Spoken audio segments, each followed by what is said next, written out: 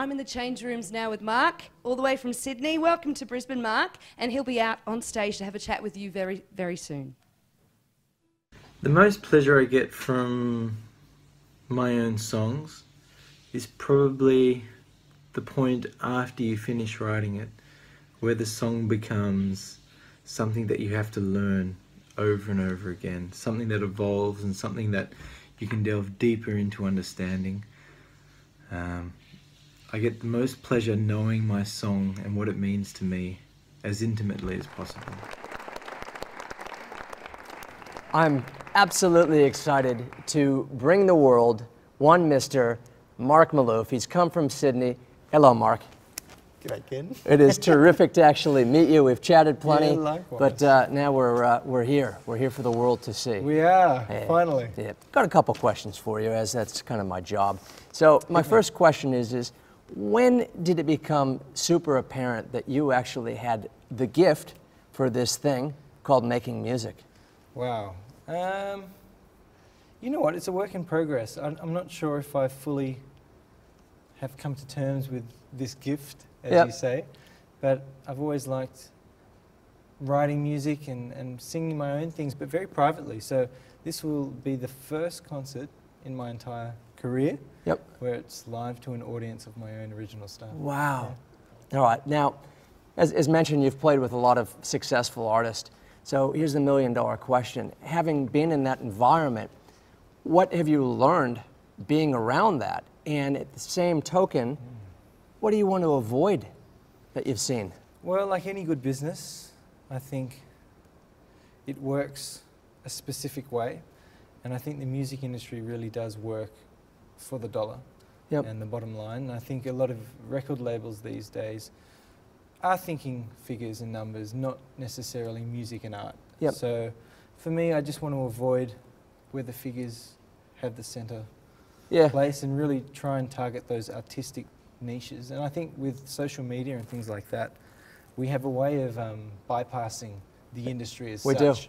And just targeting our audience in a really clear and direct way where we can express the best way possible, I suppose, without the filters of the labels and the music industry. Yeah, you get to really show who you are straight out. There isn't that filter. No. All right, now when people think, okay, you're a musician or you're working in the studio, you're playing lead guitar, they think it's glamorous. What would you tell people about how glamorous this industry is?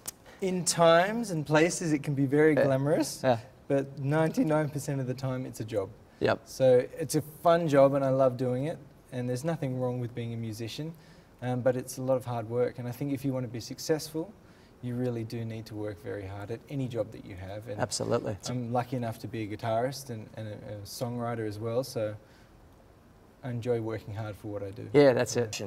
I happen to know that there might be a little Mark or Marquette on the way. And here's my question.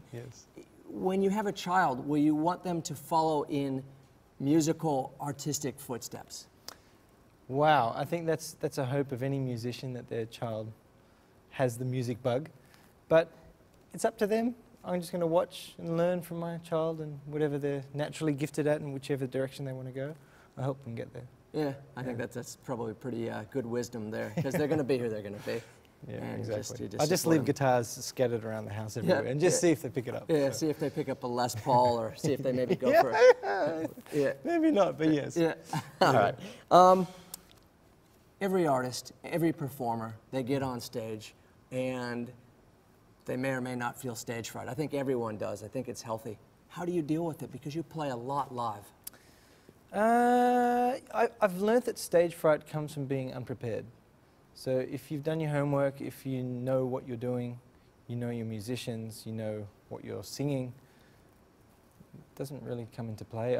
You can sort of stare at an audience and get lost in the people looking at you and fall back into the traps of what are they thinking, you know, am I good enough, this and that, but I don't know. For me, I just make sure that I'm very prepared and just get on with the job. Yeah, I once talked to a player and he said, you know, when you get a song perfect, I said, yeah. He says, well, when you can do that 10 times in a row, you pretty well have it.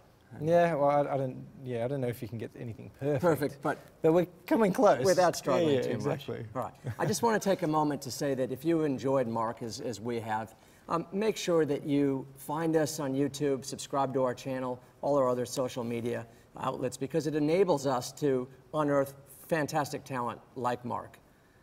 We're going to take a short break. We'll be back in a moment.